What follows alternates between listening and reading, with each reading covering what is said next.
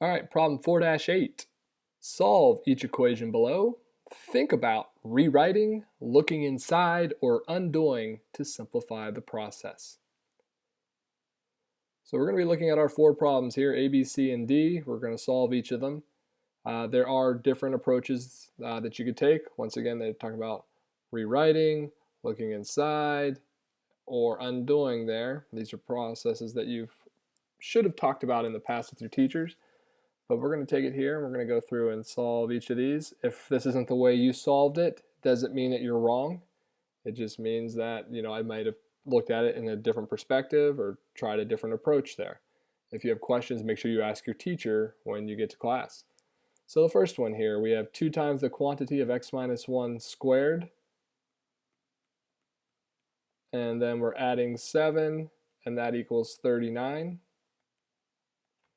I'm going to take it and I'm going to undo some of this here. I know that if I knew what this value was inside my parentheses, I would square that, multiply it by 2, and then add 7 to get 39. Well, if I already know the answer, the last thing I would have done to get that answer was add 7. So I'm going to undo that part first. I'm going to go ahead here and subtract 7 from each side. Remember, we've got to do that to keep it balanced. So we've got 2 times the quantity of x minus 1 squared is going to equal 32. Now, if you think about this here, 2 times some value here is going to equal 32. Well, that means this whole entire thing here would have to be what? 2 times what is 32? Well, if we take it here and we divide each side by 2, we know that this, whatever this is here, is going to have to equal 16 because that's half of 32.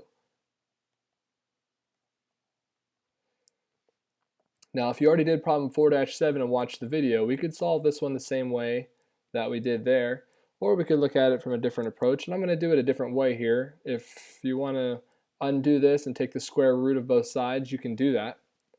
I'm going to look at it as saying here that I'm going to replace my x minus 1. I'm going to think about it as I have some value squared has to equal 16.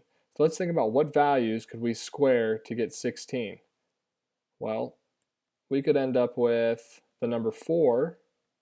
If I put 4 in here for the quantity of x minus 1, okay, I would end up with 4 squared was 16. And I could also put in a negative 4. So right now here, this question mark, I replaced my x minus 1 with that question mark. So we know that if the x minus 1 can equal that, then x minus 1 could equal 4, or it could equal negative 4. So we could take it here and we could say x minus 1 equals 4, and x minus 1 equals negative 4. Those are the values we would have to have in here. Now, if you ended up doing the approach where you took the square root of each side, you would have ended up with these same 2 equations. Okay, so let's just finish solving it. Let's add 1 to each side. And we get x is equal to 5. If I add 1 to each side here, be careful. It's not going to be 5 or negative 5 because negative 4 plus 1 gives you negative 3. So you get x equals negative 3. We have 2 values here. X could equal 5 or x could equal negative 3. Well, the best way to check it there is to take it and plug it back into your original equation. I'll do that with the first one. I won't have time to show my check on every one of them. You will, because you're not going to be recorded when you're doing your homework. But I'm going to take it here and I'm going to say 2 times, just make it so we can see it there, my 5 minus 1 squared plus 7 equals 39. And just simplify it down using order of operations here. 5 minus 1 is 4. So we have 4 squared times 2 plus 7 should equal 39. 4 squared is 16 times 2 is 32. We have 32 plus 7 equals 39. Add those 32 and the 7 together. 39 equals 39. You can do the same thing there with your -3. Let's take it, let's do that here. This is just showing our check algebraically. You could also use your calculator to check your answers here as well. Well, maybe we'll try to do that on one of the other problems. So -3 minus 1 is going to be -4. So now we're going to have that -4 squared times 2 plus 7 would equal 39. -4 squared, 16 times 2, 32. So it's almost the exact same as what we just had, and we end up with 39 equals 39. We know we're correct. So for problem A up here, we could say x can equal -3 or 5. Both those values make it true. Let's look at B now. We'll do B in red right here. We're going to say 7 times the quantity of m plus 1. And then we're going to subtract 3. That's on the outside. It's not under the radical, so you're not taking the square root of that -3. Equals 21. Now, with this one here, let's think about it from a common sense standpoint. If I'm doing 7 times all of this, I don't need to distribute my 7 through here. Okay, you can do that, but it's just going to take you more steps. If you think about, let's take our quantity of m plus 1, actually let's do the square root of m plus 1 minus 3. If we take that out, let's call that u. Okay, let's call this entire thing right here, let's call it u. So we're going to take this entire thing here, that's this, we're going to call it u. What we really have there is 7 times u equals 21. Well, what value here, so let's actually make that so that u stands out there. 7 times u equals 21. Well, what does u have to equal? What does this entire thing have to equal for this to make sense?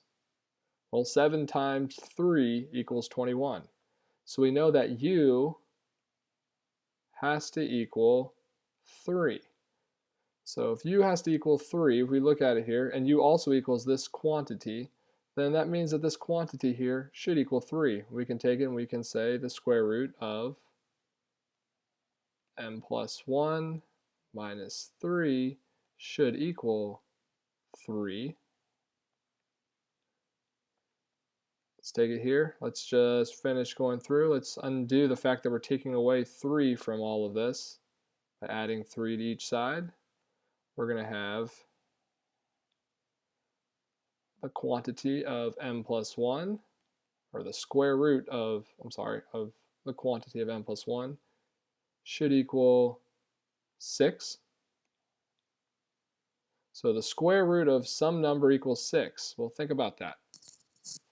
What number can you take the square root of it and it equals 6? Well, if we want to do it algebraically, we can also say, well, let's take it and square each side. Remember, the inverse operation here of taking the square root of something is squaring it. But if I square one side of the equation, I have to square the other side. So when we do that there, we're going to end up with m plus 1. And this is a little different than when you take the square root of something that's being squared. We're squaring something that we're taking the square root of already. So we don't have to have the absolute value like on other problems that we've done. So we have m plus 1 is going to equal 36. Well, some number plus 1 equals 36. We know that this number here, m, has to equal 35. If you took it and you plug it back in to check it, you'd have 7 times the square root of 35 plus 1, and then minus 3 from that should equal 21. 35 plus 1 is 36. The square root of 36 is 6. So we have 7 times 6 minus 3 is equal to 21. Well, it's the same thing as 7 times 3 is 21. And you know you've got it right. All right, we've got 2 more here. So let's go ahead here. We've got, oh, let's write our answer up here first. We've got that our value of m equaled 35 here. That was our solution. So m equals 35. So C, we have x over 2 plus x over 3 equals 5x plus 2 over 6. Let's get a different color out here. Let's do some green on this one. So we have x over 2 plus x over 3 equals 5x plus 2 all over 6. So with this one here, our variables are all in our numerators of each of these fractions. There are a couple of approaches that could be taken. If it's me, I'd rather not deal with fractions at all, so I'm going to look at what number could I multiply both sides of my equation by that is divisible by each of the denominators. What that will do here is it will allow us to get rid of our fractions. If I can come up with a number that 2 goes into a whole number of times, 3 goes into a whole number of times, and 6 goes into a whole number of times. If we think about that there, if we look at what would the greatest common factor of 2, 3, and 6 would be, or you could look at like what's the least common multiple of those numbers. However, you know how to do it there. Just as long as you understand what's happening is the most important. So for me, I know that 2 goes into 6, 3 goes into 6, and 6 goes into 6. So I'm going to multiply both sides of the equation by 6. If I do 6 times x, I'm going to get 6x over 2. And you don't have to show this step all the time, but in case you're not understanding, I'm trying to make sure that you'll understand. 6 times x would be 6x, and I'm still dividing by 3. Notice I'm not multiplying 6 times 3. This is like saying 6 over 1. Same thing over here. So over here I'm going to do 6 times this entire quantity. So I'm going to have 6 times 5x plus 2 all over 6. And the whole reason I'm doing that there is just to illustrate the whole point of multiplying by 6. 2 goes into 6 3 times. What that's going to leave us with then is a 3x. 3 goes into 6 twice, so that's the same thing as saying 3x plus 2x.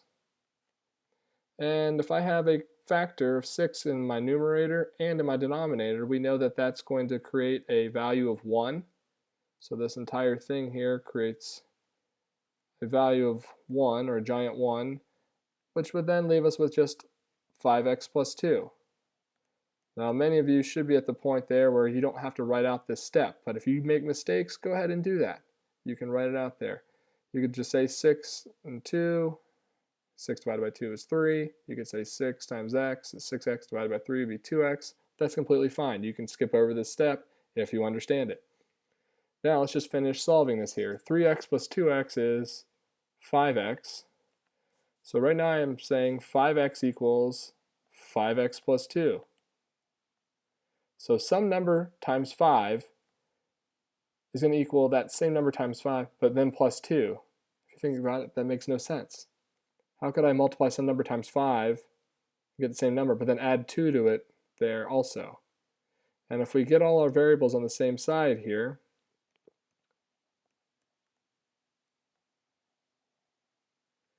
5x minus 5x is going to give us 0.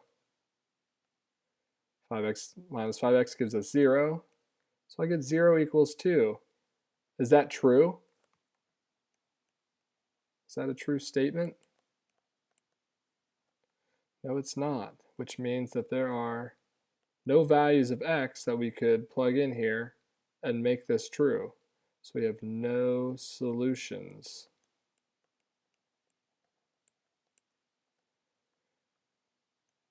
Now, one thing I would suggest to you, if you go back and do the method that you used in problem 4-7 on this one, graph each of these equations, each of these expressions as their own functions, and see what happens. See if what kind of lines you would end up with. Think about what kind of lines never intersect. What kind of lines never intersect there? I'll leave it at that there and let you check that out there. Ask your teacher there if you have more questions. And we've got one more problem here. So let's go up here and let's write our answer. We've got no solutions for C.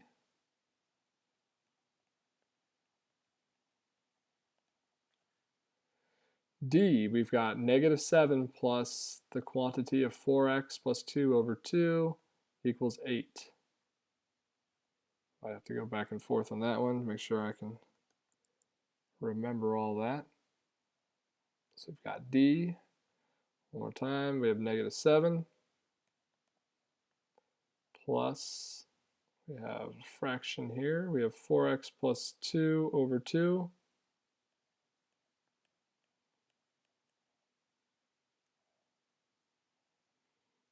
And that should equal 8.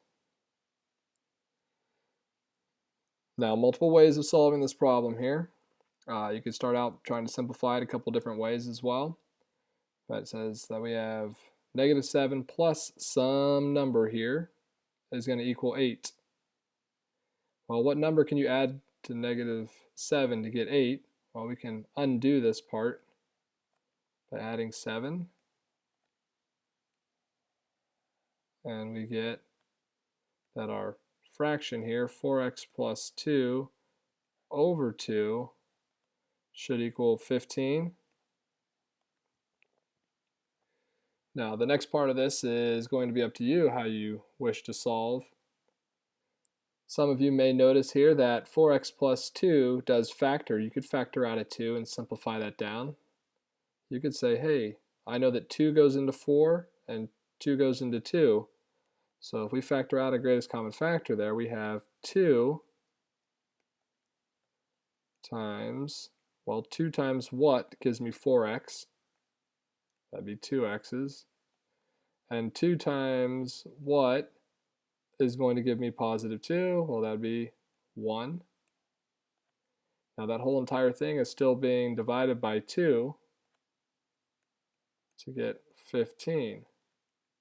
Well, what divided by 2, because think about what divided by 2 would give you 15, you know that the top would have to equal 30. But if you're doing it like this here, you can also find it this way. Now, I know that my common factors here can create a giant 1, or the value of 1. 2 divided by 2 is 1.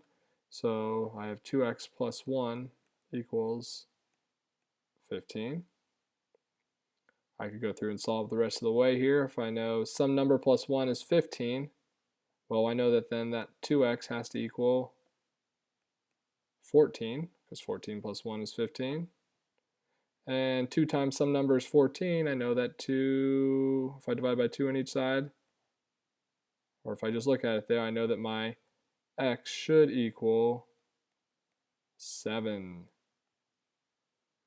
Now if we want to take it and check it, we just take it and plug it back in here. We would say -7 plus our quantity of 4 times 7 plus 2, all divided by 2, should equal 8. Well, 4 times 7 is 28, plus 2 is 30. Divided by 2 gives us 15, and that should look kind of familiar to us. -7 plus 15 should equal 8, and we get 8 equals 8. No, it's correct there. So our value here, our answer for the last part of this problem would be x equals 7. So for D, we get x equals 7. Now there's more than one way to solve each of these problems here. This is just, the ways I was doing it today. From day to day, I do them differently, just depending on the way I'm looking at it that day. You may be the same way. Regardless, hopefully you're getting to the correct answer. If not, you need to make sure you ask your teacher. Thanks for listening. I hope this helped you out there.